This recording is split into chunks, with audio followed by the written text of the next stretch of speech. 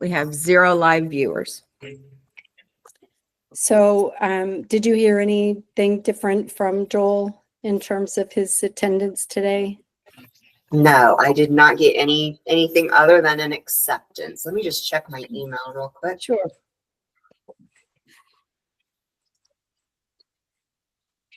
Nope, and I still don't have any updates from him. So EJ, do you have should we wait or carry on? What time is it? Yeah, let's wait. We can wait a couple Okay. minutes. Okay, thank you. I obviously can't make any decisions today.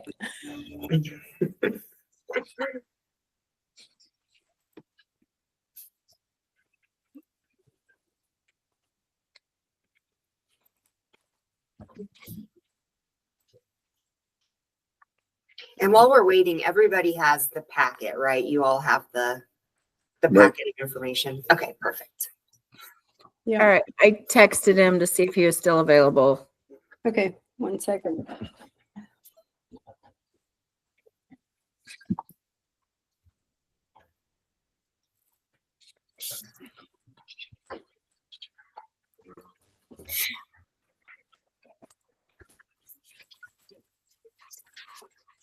He's probably out buying a striped shirt. Yep, he glanced at the cameras and said, "Oh gosh, Yeah. I got to get in line here." You do have 2 out of 3. So you do have, you have A enough. quorum. Yeah, let me give another 1 more minute. And just fair warning, I hope I'm not interrupted by my adult daughter who works from home and might need to do a TikTok live. So she's probably going to come in and say, hold it down to me. But anyway, that's her platform. I'm gonna wait Nice. a few more seconds. Oh, I got a message from him. Let's see what it says. Oh, he's not going to be able to make it. Okay, then I will call the Rules Committee meeting to order. Ask for approval, and we do have quorum with EJ and I, and 3 members of the board, committee. So I'd ask for approval of the agenda. Yeah, I'd move it. A second. Any other changes to the agenda? I have none. Okay, all in favor signify by saying aye. Aye. Aye. Okay, now we have consideration of the minutes from January 16th, 2025. I'd move approval. Okay, I will second. Any corrections or changes to those minutes? As presented? Mhm. Okay, all in favor of approval of the minutes from January 16th, 2025 as presented signify by saying aye. Aye. Aye. Okay, at this point, are there any people I would open up for public comment? But do we have any viewers? We had nobody request public comment. Okay, very good. All right, thank you. Okay, the Sorry to next, interrupt, Joan, just a little bit. We're getting a little feedback. If you're not speaking, can you mute just so we don't get I think we're getting feedback with speakers and sorry. mics. Okay, I'll just say the next item is to review of the rules drafts. Okay, and I would be happy to walk us through that. Erica, is the feedback coming from me? I was not muted. Yours was moving, so I'm assuming it was you. I was blaming you. Okay. All right. Next, when I'm done talking, then I will make sure that I go on mute. Okay, so what I have in your rules packet are the updated, most recent version of the administrative rules. So in our last meeting, we discussed all the board member feedback we had received. All of that board member feedback was incorporated into these clean drafts. So basic corrections. So if you look at your summary of feedback from board members, I'm just going to walk through that, which is the 3rd page of the packet, just after the minutes. So the basic changes and corrections that were noted by board members have been made and incorporated into the clean copy. There are just a few things that I want to walk through in particular for discussion. So one of the issues that came up from board members is the way that we describe the shift in the burden of proof. So I do want to make sure that we discuss this as a committee. So the preferred language for purposes of EO10 is to simply align with existing law. So our board member rightly said, can't we just simply say the burden of proof before the board is allocated according to Iowa Code section and reference the code section? That would be most compliant with Executive Order 10. So the answer to that in short is yes, that is the best method to align, and it's consistent with the goals and aims of Executive Order 10. However, in Chapter 21, we have a unique situation in that the code section talks about judicial enforcement and references only closed sessions, which is too limited for IPIB's jurisdiction, because IPIB is also looking at open sessions, not just closed sessions. So one of the things we talked about with this committee last time is going ahead and aligning Chapter 2 with Executive Order 10 by saying burden of proof before the board is allocated according to Iowa Code Chapter 22.10 sub 2. But for Chapter 21, we keep our own language right now because it's consistent with our jurisdiction and is really the only thing that makes sense legally. So when you scan down into the rules themselves, you will see on page 3 some highlights. So you see on top of page 4, a highlight. This is burden of proof, Chapter 22. The burden of proof applied will be the same burden of proof applied to judicial enforcement as outlined in Iowa Code Section 22.10 sub 2. But then you'll see right above that, Chapter 21 investigations, we kept that the same as the language that this committee recommended. So once a complainant demonstrates to the board that the government body in question is subject to the requirements of Iowa Code Chapter 21 and has held a meeting, so not just a closed session, held a meeting, the burden going forward will be on the government body to demonstrate compliance with the requirements of Iowa Code Chapter 21. So that's where this draft landed based on the committee discussion and the board feedback. So I wanted to point that out in particular and see if this committee still agrees with that position or if you have additional thoughts, changes, questions, concerns.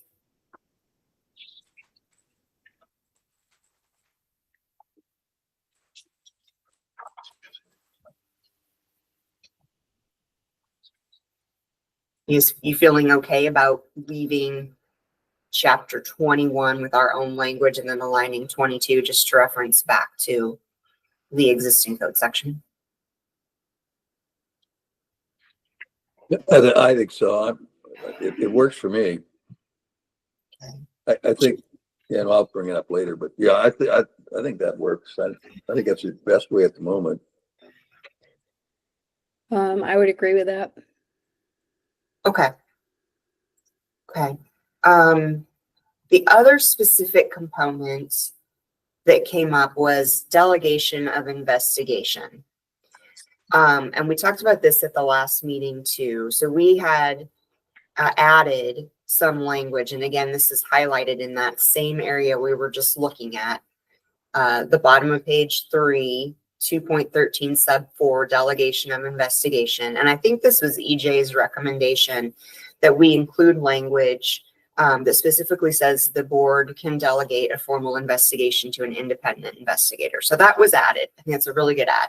But then one of our board members said, well, shouldn't we also have some language here that says there should be a process for anyone who objects to the person who's appointed as that delegate? So, and I know, Joan, you weren't at the last meeting, but EJ, you probably recall that the last meeting we talked about, that truly is the role of the board itself when an investigator is selected to vet that investigator and say, do we think this is the right person, or hear any complaints about that investigator and whether they have any conflicts of interest. And so I think based on the discussion at the last committee meeting, the thought process was not to add any process for being able to raise a conflict of interest, and that's more assumed in the role of the board itself. So I did not take any additional steps or add any additional information in that 2.13 sub 4. So again, just wanted to check in with this committee to see if there are any additional thoughts, questions, concerns on that. I guess my,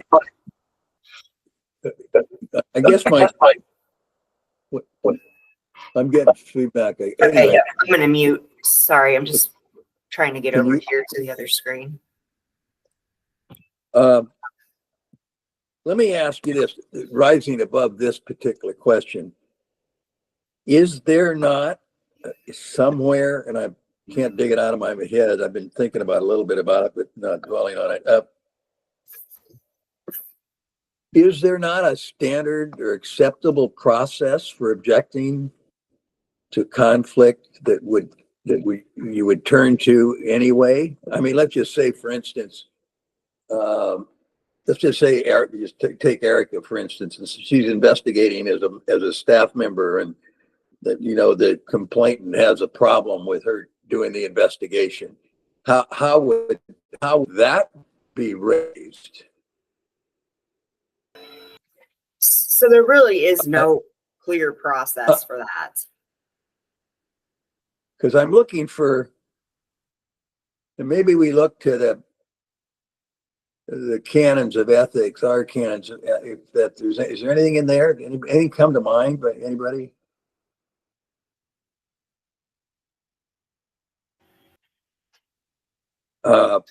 That What is there, the judicial, they would have to do it on their own, correct? If a judge, Yeah. if there was they would have to do the analysis themselves and decide if they were. Yeah, but how would a party though, Erica, raise that? That's I guess my question. If I draw a judge that, I don't know, whatever, doesn't like me, of course, a lot of those judges, but if there was something in history where maybe we crossed as when we were both practicing law before he went to the bench, he or she went to the bench, how does that get raised? I honestly don't know. Well, one question I have is that assumes it would always be a lawyer or someone subject to additional oversight by the judicial branch, right? But it wouldn't always have to be a lawyer, or would it? I don't think it has to be. I don't think I so mean, either. it probably 99.9% of the time would be, I would guess. Are you referencing who the independent investigator is, EJ? Or Kim? Okay. Yeah, and that's what this is talking about. In other words, I guess there's two. The question raised also raises in my mind, how does somebody object to a conflict of a staff member first, and then how do you raise it on an independent investigator? So do the rules have for both, Kim? Or does it just address the independent investigator once we get to a contested case? So there's never been any rules about conflict of interest at all. We just added this rule. It didn't even exist previously. So this is just us adding a rule saying, I mean, it's always been assumed an independent investigator can be appointed. And in fact, I think when you look at IPIP's history, there has been an independent investigator appointed in a few different cases, but there just has never been anything to specifically govern that. And so, no, there's no history of a rule on this. There's nothing in current rule. I think it's always just been presumed that if there's a conflict of interest, reasonable heads will prevail. I mean, there's nothing specific to address it. But is there any, I can't remember, is there anything in chapter 17A about conflicts? I don't think so. Let me just double check one more time and just make sure.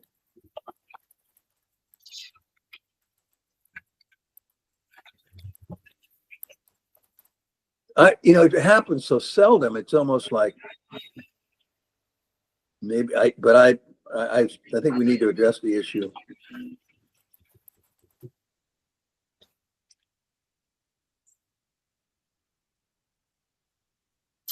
I mean, my recollection was that I looked at 17A and there was nothing there. And I just did a quick search for conflict and there's nothing here.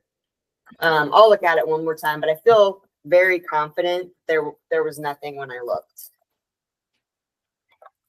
Nothing comes to mind, but Mm-mm.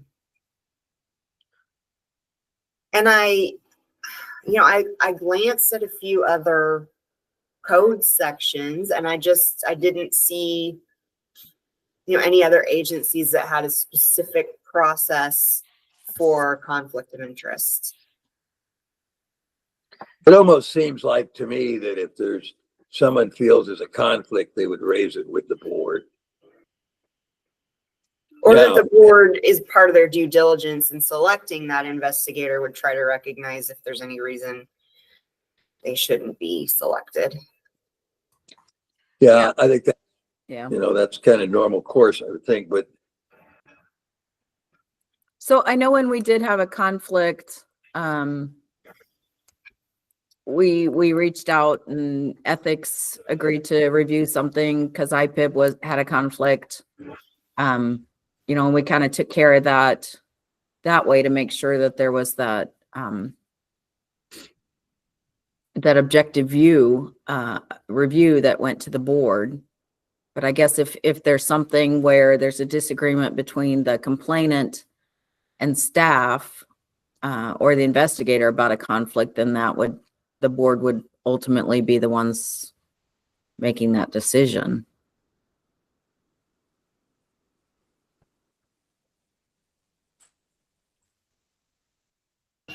Could it be something as simple as just adding a sentence at the end of the existing 2.13 sub 4 that just says the board shall review the independent investigator for any potential conflicts of interest. I mean, I don't know. I'm just trying to figure out a simple way to do this without having some huge outlined process that you have to jump through to have an independent investigator come in.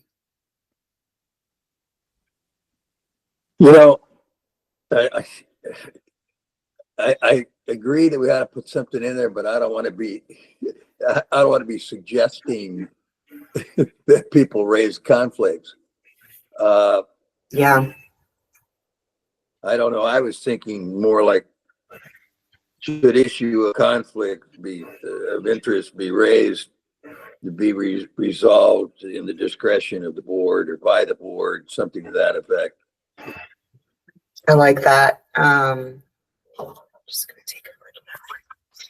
I mean, at least that addresses it. I'm not absolutely convinced that it's necessary, but since it's been raised by a board member, then I gotta address it. The thing before, when Margaret was essentially functioning by herself, we had to refer not a lot. That's when we referred stuff. Now that we have a full staff, I don't think we're going to see it very often.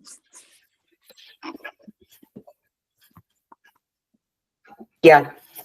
Unless the three of you decide to retire or something.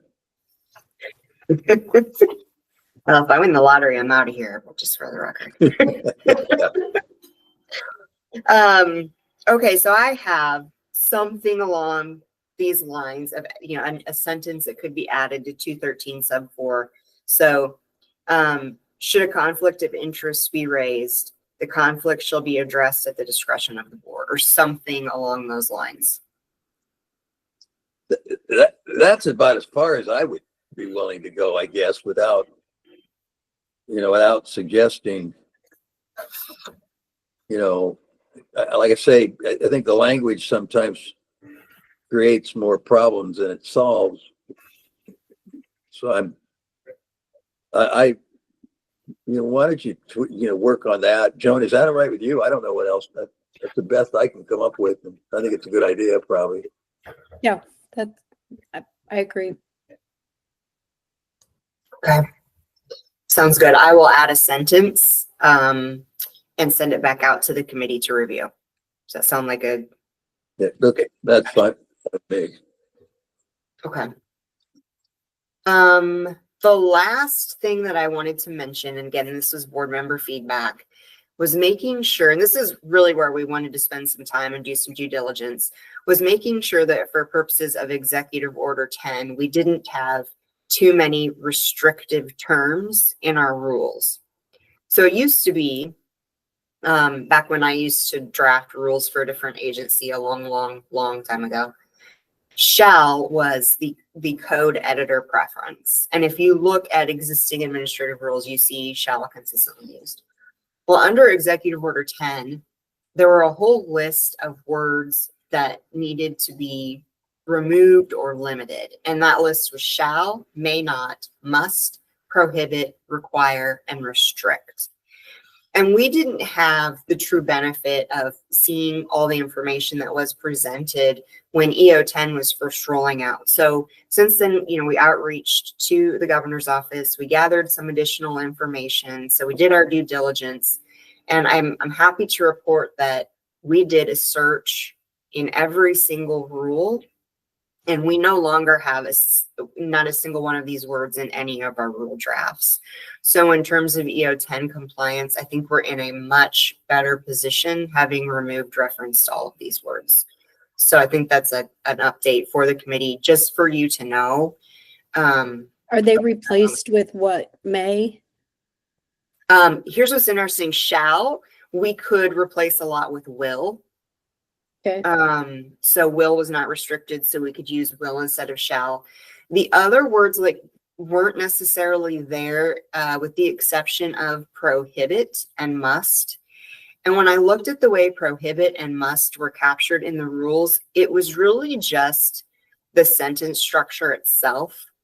And so we were able to just sort of tweak the sentence and just remove those terms altogether. So the only one that we had to reconfigure was just the shalls, and we could change those to wills. Okay.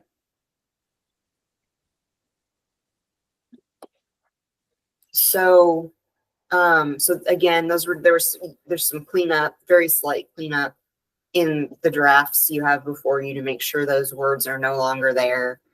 When we get into actually moving these rules forward, we'll have to do rules reports, and those rules reports will include things like word count, how many overall rules we now have. And so I've also done some initial drafts of those rules reports.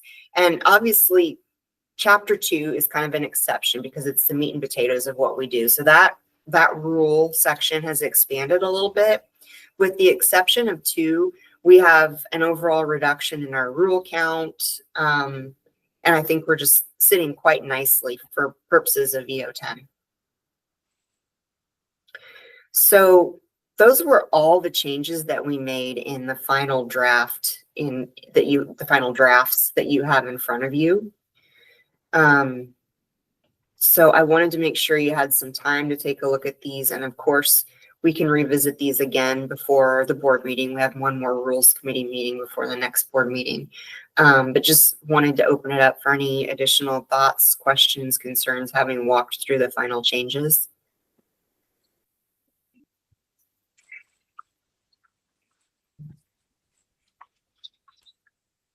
I'm fine with them. I'm okay with it. I think that if you had any input from the people who review this beyond what, I thought for some reason, I thought there was some kind of a preliminary meeting that you had after our last meeting. That's not true. That's all. No. So you might be, are you thinking of the stakeholder input where we outreach to all the different stakeholders and ask them to take a look at it? No, I was thinking, for some reason, I thought there was some kind of intermediary review with the, I don't even know who approves this. For this state, maybe you want to walk through the kind of where we are on the timeline, Kim. Yeah. If we jump past the rules, you will see a detailed timeline in your rules packet. Yeah. So where we are right now is we'll have you review, as the committee, review these final drafts and make any recommendations to the board. We can't take action on that this meeting. So the next meeting, we can take action on whether to go ahead and move these forward to the board. And then based on any final board feedback, we'll incorporate changes.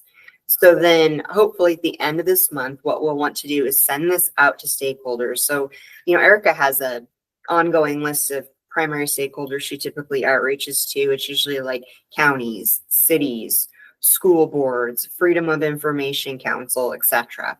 So we'll want to vet this through those stakeholders and see if they have any significant feedback that we think should be considered. We'll take that feedback that we may receive, bring it back to you as the rules committee, make any adjustments that you want to make, take it to the board again, make any adjustments the board may want to make. Then we begin our analysis and rules report. And that's what I was referencing earlier. There are certain types of reports that have to be submitted before these rules can be cleared for promulgation. So these rules reports will come to you, and these will include things like word count, how many restrictive terms there are, the overall number of rules, basically showing EO10 compliance. They'll also include cost benefit analysis, how this may impact the public, how this may impact other governmental bodies. So it'll be this whole sort of report and analysis that I'll bring to you to take a look at. Once that's done, we will file that analysis and rules report, and that's filed in the administrative bulletin. Now, at that point, I do think the governor's office can probably weigh in and give some additional feedback if it doesn't look like we're compliant. After that, we're required to hold actual public hearings. So then we will hold public hearings to gather additional feedback on those rules. We'll consider any feedback from the public hearings. And then what we'd like to do is in September of 2025, file our notice of intended action, which is our actual rulemaking to put these in place, which would put us well ahead of the deadline of December of 2025. So September, file those notice of intended actions, and then it goes before the Administrative Rules Committee, which is a committee of legislators, and then they review it. So that's our overall detailed timeline. I don't know if that addresses what you might have been thinking about, EJ. Yeah, that's fine. For some reason I thought there was some kind of, that's fine. I'm all right with it. Okay. Hey, anything else on this item, Kim? Nope, just wanted to make sure, I'll get this ready and bring it back to you again, but I just want to make sure after you've had some chance to review it that you didn't have any other additional thoughts, questions, or concerns today. Okay, so then are we on item 6, the presentation of the draft to IPIP, or did you already move there? Sorry. Nope, Okay. I have not. You're absolutely right. So the next thing that we have to consider is taking these drafts to the board, which I would like to do this month at our February 20th meeting of the board. So I think what I just want to get from you is direction on how you want me to present these to the board. I can do it in a similar fashion that I've done with you today, just kind of talking about some of the board feedback, where we are. I don't know if either of you want to discuss any specific aspects with the board. So just wanted to get your feedback on how you want me to present that to the board. And I'm assuming, we can talk about this again at the next meeting, but that you'll want to make a recommendation to continue to move these. But again, that's up to the committee. Well, I think that my reaction is that you're in the best position to make a presentation, but and those of us on the committee, Joan and I could chime in at appropriate moments. I think I don't see any controversy here. It's pretty straightforward. You've done a nice job keeping us in line. Yeah, but I don't know. Joan, what are your thoughts? Well, you said we have another meeting before we vote on this. So no action when it goes to the full IPIP board, just review. Is that right? Nope, I think we will need action. I Okay. think we'll need action at the next rules committee meeting, and that action would be for you to vote to officially recommend the drafts to the board. And then we would need official action of the board to accept. I'm trying to figure out how we would maybe just accept the drafts and move them to the next stage, which would be stakeholder input and feedback. And when is that next rules meeting? February 20th. Oh, it's right before the board meeting. So then that's when we would be able to do that. And then formally, what am I trying to say? Then we vote on that in the rules meeting and then take it to the full board meeting. You got it. That same day. Okay. That's right. Yeah. I did know that there was one that I just forgot. Sorry. No, it's okay. It was confusing because we have new conference rooms here and I was trying to align the conference room and accidentally deleted it. So they went back on your calendars today. So sorry about that confusion. Oh, well, it went past me. Okay. Anything else on that item? No, I'll just kind of repeat back what I heard. And so what I heard Okay. is I should go ahead and present the rules to the board in a similar fashion as I've presented them to the rules committee. And as rules committee members, you'll just kind of jump in whenever it's appropriate or whenever you have thoughts or concerns or things you want to raise to the board. Okay. Does that sound right? Okay. Agreed. Yep. So then, is there more to say about the rules schedule? Or did we just already review it? I think we just reviewed that. The only thing I would say is, any questions or concerns on anything within that schedule? Does that all make sense? Yeah, I think it's fine. I guess in this probably we talk about this at the next meeting. But let me ask the staff, once this is all said and done, whenever we get in December, whenever this all gets, is there any follow-up that we should be doing in terms of dissemination of the rules? I think kind of speak for themselves.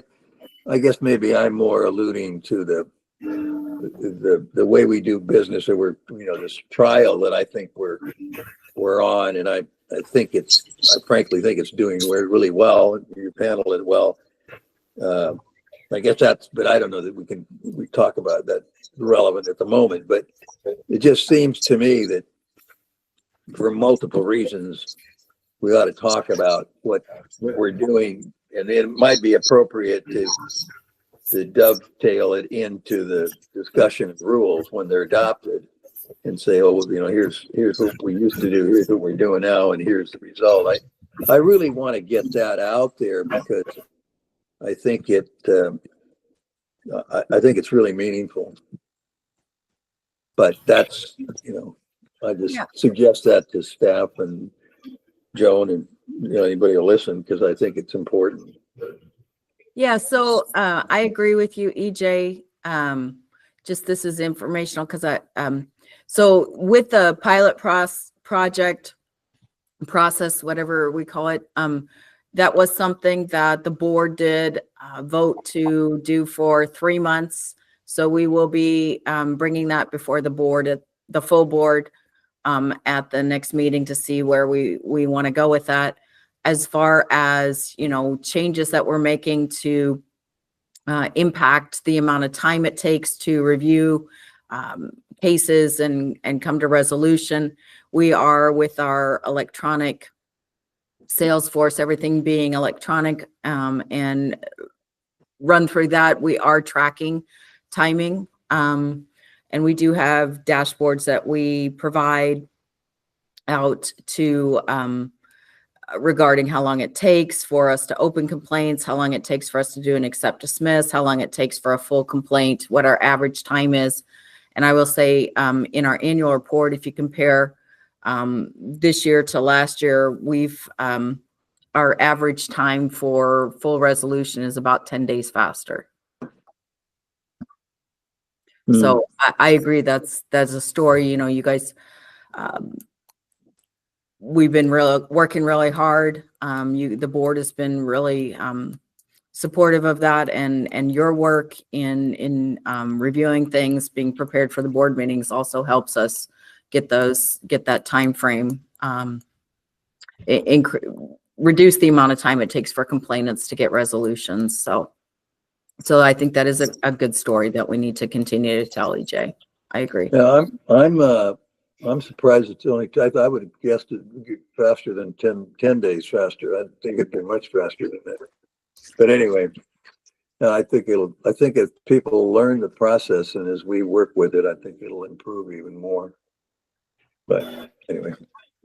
Erica and I were just talking about that this morning and how to put that on the agenda, because we do know it's time now for the board to, officially decide whether that pilot project becomes the way that we do business. Yeah. And we do have, obviously, we'll have rules on the agenda, and then we'll have the pilot project on the agenda, but as two separate items. I know you were talking about how those tie together. Are you okay with having them as separate items on the agenda? Yeah, I'm fine with it. I guess that I go back to what I think I'm probably more sensitive about than I should, but I think you all do a great job, and I think we've got a really, really good board. And I just think it's important to get it out there. Yeah, and I guess that's just my thought. And I think that it's probably maybe how my concern is, how do we package that so in a way that people see it and understand it. Anyway, that like I say, that's what I guess I'm concerned about. And I also think as we get these rules in place, there may be, and we talked, at least alluded to, if not talked about, maybe some advisory opinions that help implement the rules. But I think I would say this, at the time that I've been on the board, I think we're finally doing it the way the statute intended it to be done, is what I'm trying to say. And I'm not casting dispersions on anybody in saying that. I think in the past we didn't have the staff. We had we had short of board members, et cetera, et cetera. And I just think now that we're up streamlined and we're moving ahead, I just want to tell my friends, that's all. So, anyway. I understand what you're saying now. I get it. So it's more of like that communication aspect and how we're making sure everyone's informed and in the loop. And yeah, I see what you're saying. I think one thing in the timeline that will help with that is we're actually giving our stakeholders 2 bites at the apple. I mean, we're required to do the public hearings, and a lot of times that's really the only way they're learning about the rules.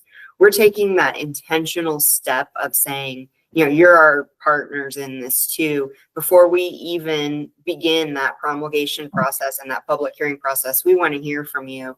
Will this work for you? What are your concerns? So I think that's part of the socialization aspect. But then, yeah, I totally get what you're saying about how we communicate that and make sure that we're keeping everyone informed, and sort of, the PR behind it is a really good point too. Yeah. Okay, Madam Chair, I'm going to shut up. Oh, I don't even know how to respond to that. You can continue on until you're done. If you want. I have a feeling I'll be here all by myself, but that's okay. Okay. Anything else that you want to add that we didn't cover before we adjourn? Not me. No, the only suggestion I have for the next rules meeting is that we, agree on, like, polka dots or primary colors. Just So make we have sure I get the something- memo, will you please? Yeah, so we have some levity. Chair's choice. You decide and we will comply. Oh, boy. If I told you what it was going to be, it would be an act of God that I would show up in it, because I'm a little rattled these days. I got too many irons in the fire. Okay, I would take a motion to adjourn. I'd move. And I second, all in favor, signify by saying aye. Aye. Aye, okay, we are adjourned. Thank you all. Thank you, everybody. Appreciate it. And, everybody for being here. Erica. There you go. Thank you. Thank you.